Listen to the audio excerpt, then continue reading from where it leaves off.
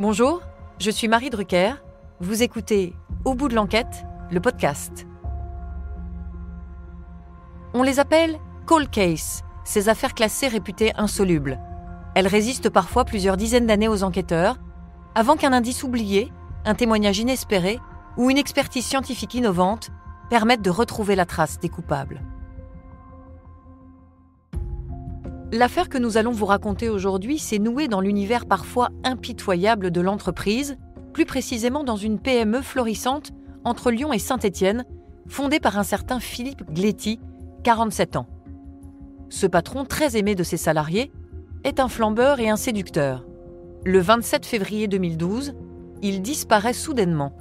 Pour résoudre cette énigme, les enquêteurs vont remonter le fil de sa vie sentimentale au sein de cette société où il régnait en maître. Vous écoutez l'affaire Philippe Gléty, première partie. La commune de Saint-Paul-en-Jarret est une petite localité, c'est tout à fait rural. Elle est située à proximité du Pilat, entre Lyon et Saint-Étienne, donc aux portes du Forêt, tout simplement dans la Loire. C'est un endroit tout à fait tranquille. André Buffard, avocat de Stéphanie Gléty. Dans lequel se sont installées au cours des dernières années des entreprises, et souvent d'ailleurs des entreprises un peu performantes. Philippe Gléty, c'est le patron de Princeps Salut, qui travaille beaucoup sur les chantiers du secteur. Il y a une vraie réussite. Le 27 février 2012, Stéphanie Gléty nous informe qu'elle n'a aucune nouvelle de son mari depuis le matin même. Robert Panot, directeur d'enquête. Ce qui lui semble étrange parce qu'ils devaient déjeuner ensemble. Je l'apprends pas tout de suite, moi, parce que, étant enceinte, mes proches ont voulu me protéger parce qu'ils n'avaient pas très envie que je m'inquiète outre mesure. Anaïs Gléty, fille de Philippe Gléty. On essaye de l'appeler, le portable est coupé. Et là, on commence à sérieusement s'inquiéter. Je commence à sérieusement m'inquiéter en me disant que c'est pas normal, qu'ils nous auraient pas laissé comme ça, sans nouvelles. Ça veut dire quoi, disparu ? Disparu, je dis Philippe, c'est pas un objet, on disparaît pas. Donc, on m'a dit, oui, on ne sait pas où il est. C'est l'angoisse, on se demande ce qui se passe. C'est un stress énorme quand quelqu'un disparaît comme ça sans savoir. Nous avons à cœur de reconstituer l'emploi du temps de Philippe Gléty. Monsieur Gléty a quitté le domicile peu après 8 heures pour rejoindre son entreprise. À compter de son arrivée, il va avoir une activité tout à fait normale. Il va saluer ses collaborateurs. Et j'ai voulu aller le saluer et tout, puis il était avec des personnes en réunion et tout, donc je l'ai salué du bas. Jean-Claude Viala, ex-salarié de Philippe. Et après, on l'a plus revu. Il va vaquer à quelques occupations, quelques prises de contact. Il est environ 11 heures et il part un petit peu en coup de vent, je dirais, sans donner aucune explication à son entourage. Et puis, après 11 heures, plus aucune nouvelle. C'est blackout total et ça ne lui ressemble pas. Les gendarmes laissent passer la nuit et puis assez rapidement, comme Philippe Gléty d'abord est une personnalité un peu connue et puis que rien ne permet de penser qu'il a pu disparaître brutalement, on va déclencher les premières investigations pour essayer de le retrouver. Le premier élément matériel qui va apporter un petit peu de grain à moudre dans cette disparition. Robert Panot, directeur d'enquête. C'est la découverte du véhicule de Philippe Gléty, un véhicule qui a été localisé sur la place du village de la Terrasse-sur-Dorlay, qui est distant d'environ 3 km de Saint-Paul-en-Jarret.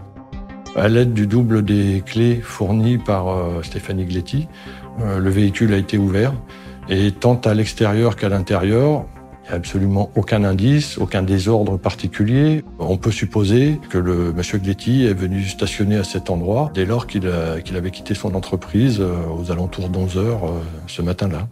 Nous pouvons commencer à échafauder différentes hypothèses. L'hypothèse d'un suicide de monsieur Gléty, c'est une des pistes évidentes parce que l'environnement de la commune de la Terrasse-sur-Dorlay s'y prête particulièrement. C'est un endroit rural, boisé, et il y a notamment un barrage assez conséquent où de temps à autre, effectivement, des corps sont retrouvés, sont découverts. Ça nous traverse l'esprit, mais c'est pas son style quand même. C'est pas quelque chose qu'on pense capable de faire. Rien dans sa vie, rien dans ses affaires ne peut laisser à penser qu'il ait eu une quelconque volonté suicidaire. Dans l'entreprise, il y a souci. Du premier jour, on en rigole. On sait qu'il va revenir, le deuxième jour, puis après, on commence à s'inquiéter quand même, parce que bon, c'est jamais arrivé et tout. Puis bon, c'est comme le patron, donc c'est inquiétant pour toute l'entreprise, quoi. Qu'est-ce qui est arrivé, quoi? Il se passe donc 5 jours où il se passe rien. Yves Renaud, journaliste à France Bleu. Les gendarmes enquêtent, évidemment, mais il n'y a pas de corps, il n'y a pas de victimes, donc on est dans le flou. Et les salariés de l'entreprise, les proches de la victime, se disent « mais on ne peut pas rester comme ça, enfin, il faut qu'on ait une réponse ». Mais il fallait qu'on trouve, on savait que sa voiture était là, donc forcément, où il était parti avec quelqu'un, où il était dans le coin. Et donc, à partir du stationnement de la voiture, ils commencent à, eux, faire un quadrillage du secteur, et ils vont pas mettre 107 ans à trouver le cadavre. En montant ce chemin, à un moment, ils tombent sur le bord du fossé, sur les bottes de Philippe Gléty qui dépassent légèrement du fossé, et on le trouve. On allait donc les rejoindre, les jeunes qui faisaient les recherches au hasard. Françoise Gaillard, sœur de Philippe Gléty. Et c'est dans la voiture qu'on a appris. J'entends un hurlement au téléphone, un hurlement. Et puis bon, on était 4 dans la voiture quand même, avec mes parents. Donc ça jette un froid quand même, donc on est tous complètement sidérés, quoi. Et ça, c'est quelque chose que j'oublierai jamais. Donc quand on est arrivé sur place, il y avait les barrières de sécurité, et on était tous très très choqués, bien sûr. Le corps de M. Gléty est dans une petite combe qui est en contrebas d'un chemin forestier en impasse, où il y a très très peu de passages, à proximité d'une rivière, le Dorlay. Sur les premières constatations, il apparaît que M. Gléty présente 3 traces d'impact, et donc il a été tué par balle. Alors on a un orifice dorsal et 2 orifices crâniens, qui laisse à penser de manière évidente que M. Gléty a été abattu de dos dans le cadre de ce qui peut laisser penser à une exécution. Ça a été brutal, violent, il n'y avait pas d'échappatoire. Sur les lieux, aucune arme n'est découverte, que ce soit sur place immédiatement ou aux alentours.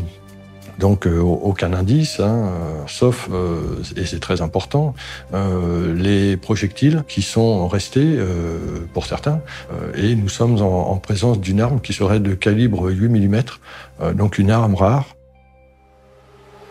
Suite à la découverte du cadavre et aux autopsies, on va pouvoir déterminer la date probable du décès. Il a dû être tué très peu de temps après avoir quitté l'entreprise le lundi précédent. On est choqués quand même. On ne pensait pas qu'il se soit fait tuer quand même. C'est un début de catastrophe, on va dire. Donc, On me dit qu'il a été tué d'une balle à la tête, enfin de plusieurs balles à la tête. On comprend pas. On comprend pas ce qui se passe, on comprend pas pourquoi, et puis on comprend pas qui surtout. Enfin, Anaïs Gléty, fille de Philippe Gléty. Qui a pu lui en vouloir à ce point-là? On est issu d'une famille de 4 enfants, 3 filles et un garçon, donc Philippe était le petit dernier. Le chouchou de 3 filles aussi. Et oui, donc... On était très fiers de notre frère, on n'avait qu'un garçon. Il a eu son accident de vélo, il avait 10 ou 11 ans, il s'est fait renverser par une voiture. On a cru qu'on allait le perdre. Il a toujours dit qu'il était en sursis. Cet accident, oui, lui a permis, lui a donné l'envie de croquer la vie à pleines dents. Faire un maximum de choses et le plus vite possible. Pour tout.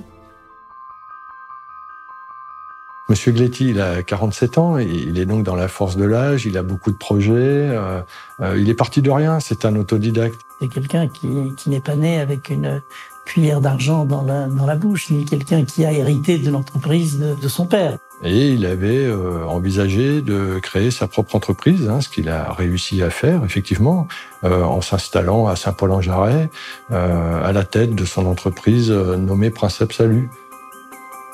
J'ai intégré Princeps en 2004 comme menuisier aluminium. Jean-Claude Viala, ex-salarié de Philippe. Dans une entreprise où il y avait une dizaine d'employés qui était en pleine expansion. En quelques années, on est passé d'une dizaine à maximum qu'on est monté, on était 49 employés. Philippe Gletti était un excellent patron. Il était humain. Il était très bon les matins, bon, c'était une poignée de main tous les jours. Il avait le contact avec aussi bien le petit personnel que les cadres. On se tutoyait, c'était vraiment, bon, on va pas dire un copain, ça restait un patron quand même. Mais il était très, très humain et il partageait avec nous. On n'était pas à l'écart, on va dire. Il a à cœur d'animer une cohésion, une solidarité au sein de l'entreprise, parce qu'il organise des soirées, des virées en voiture, etc. Donc c'est un type convivial qui a le contact facile et qui sait entretenir son réseau de relations, aussi bien les clients que les gens qui travaillent dans son entreprise. Oui, c'est quelqu'un qui a du charisme. Je crois que c'est peut-être ça qui le caractérise le plus. Les motos et les voitures, c'était son truc quand même. Il faisait du circuit un petit peu. C'était une Porsche. Il aimait les belles choses et il aimait quand même qu'on les voit aussi. Il aime les belles voitures, il aime les femmes. Et donc c'est quelqu'un qui croque la vie par tous les bouts. C'est un séducteur invétéré. Certains diront il ne pense qu'à ça.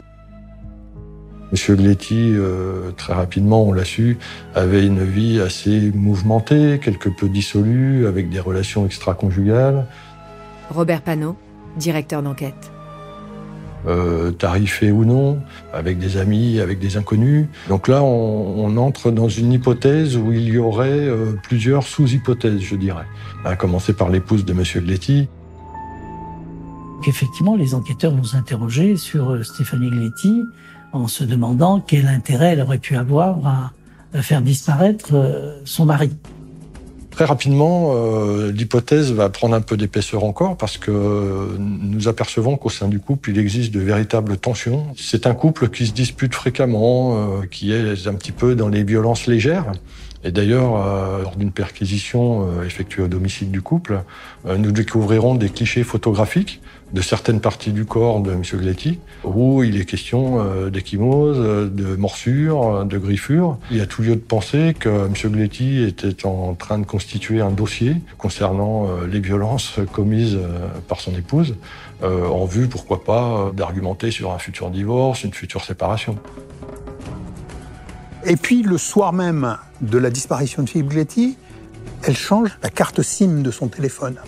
Et là, les enquêteurs, vous voulez effacer les traces de vos conversations? Ah non, elle a brûlé ma carte SIM, donc j'ai été obligé de la changer. Madame Gletti s'en expliquera en disant simplement que c'est une forme de coïncidence, tout simplement.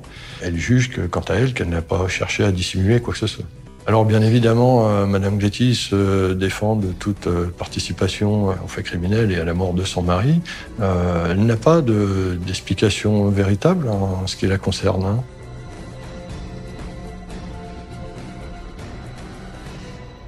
Les enquêteurs vont donc vérifier ce que faisait sa femme ce lundi 27 février 2012. Concernant l'emploi du temps de Madame Gletti, elle était chez elle, tout simplement. Donc c'est vrai que le déclenchement géolocalisé de son téléphone la situe effectivement sur cette zone. Donc on n'a pas vraiment lieu de douter sur ce point-là, en tout cas, de ce qu'elle nous avance.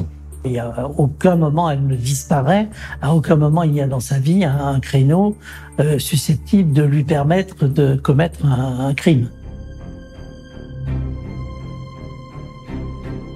Il faut bien comprendre que le personnel et les proches, bien sûr, de M. Gletti, le personnel de l'entreprise est un vivier très important pour nous amener toutes sortes d'informations. Il s'agit pour nous de collecter pour voir où ça nous mène. Donc, parmi les gens qui osent s'avancer un petit peu plus que certains, on nous dit textuellement, c'est une affaire de fesses, avec tout ce que ça sous-entend. Une maîtresse est conduite, revancharde, un acte commandité, à la suite d'une relation qui s'est mal passée, un mari jaloux, bien sûr.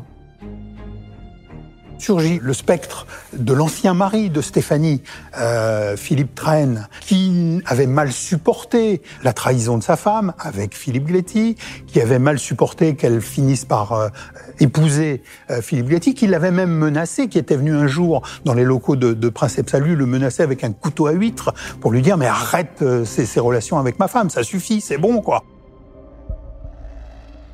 Alors il y aura, lors de cette échauffourée, l'intervention de la compagne de monsieur Philippe Gléty à l'époque, il s'agit de madame Emmanuelle Fayard, qui elle entre dans le bureau sans trop comprendre ce qui se passe, et donc qui va obtenir les explications selon lesquelles elle aussi est trompée.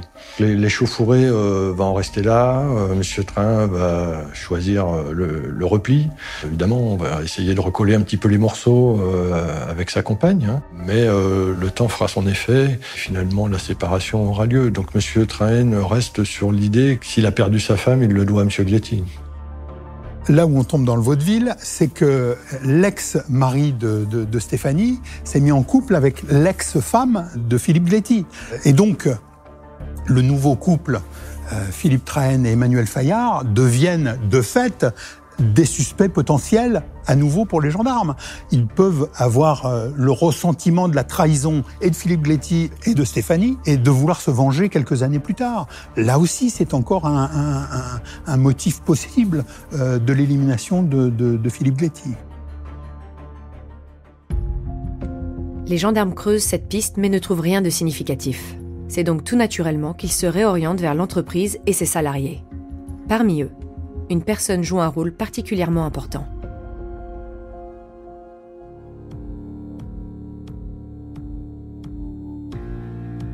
Bettina Beau, c'est la femme de confiance. Et elle gère beaucoup de problèmes au sein de l'entreprise.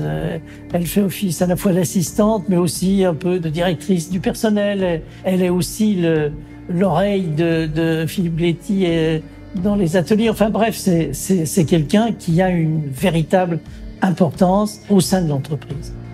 On entend beaucoup parler de Bettina à la maison. Bettina, elle a quand même une place importante au sein de l'entreprise et au sein de la vie de mon papa. Hein. C'est son bras droit au départ. Hein. Donc c'est vraiment quelqu'un en qui il investit beaucoup d'espoir. Au départ, Philippe Gléty, c'est vraiment son mentor. Philippe Beau, mari de Bettina Beau et auteur de Coupable d'innocence. C'est vraiment le patron idéal pour elle. Elle est la numéro 2, donc elle est très investie, et ce, depuis de très nombreuses années, auprès de monsieur Gléty, qui lui-même lui fait une totale confiance et lui délègue certains de ses pouvoirs. Du départ, Bettina s'investit à 200% dans cette société. C'est son bébé, même si c'est pas sur le papier sa société. Bettina a des horaires de travail de bureau, hein. Bon, c'est quand même. Mais elle va, par exemple, aller terminer un travail le samedi matin, alors qu'elle doit pas travailler. Même pendant les vacances, s'il faut aller au bureau, par exemple pour faire les fiches de paye, ça c'est arrivé beaucoup de fois. Ben, elle va le faire.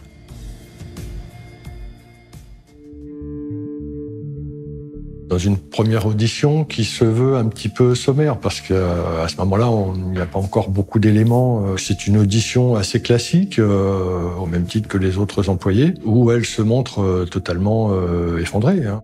Bettina a une attitude de l'employé qui est traumatisé par ce qu'elle vient d'apprendre. Je me souviens de l'annonce de son décès, c'est un dimanche. Le téléphone de Bettina sonne, je la vois décrocher et je la vois changer d'attitude à tel point qu'elle va carrément s'effondrer physiquement. Je lui dis qu'est-ce qui se passe et là elle me dit en larmes, elle me dit ils ont retrouvé le corps de Philippe Gléty. Au sein de l'entreprise, tout le monde sait que Bettina a quelque part les faveurs de Philippe Gléty. Hein. Dans le même temps où était son bras droit, elle a été pendant un temps effectivement sa maîtresse. On sait très bien ce qui se passait entre Philippe Gléty et Bettina, quoi. Donc, bien sûr. Bettina Beau elle-même, elle a une vie sexuelle un peu particulière, un peu débrayée elle-même. Concernant sa relation intime avec Philippe Bléty, elle nous dit que c'est pas quelque chose de suivi en soi, hein. C'est quelque chose de tout à fait ponctuel, avec des petits rendez-vous extérieurs, mais plutôt furtifs, plutôt dans les véhicules, ou des petits rendez-vous à l'entreprise quand vient l'heure de fermeture. Voilà, donc il y a une relation sexuelle, mais il n'y a pas de relation sentimentale poussée.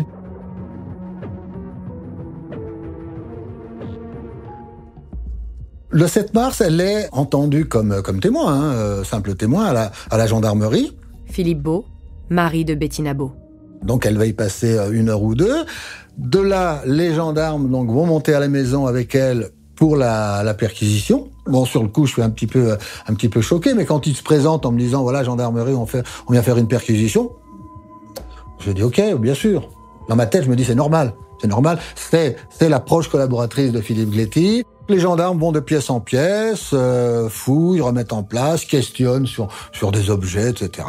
Et me posent la question, est-ce que vous avez de l'argent en grande quantité ?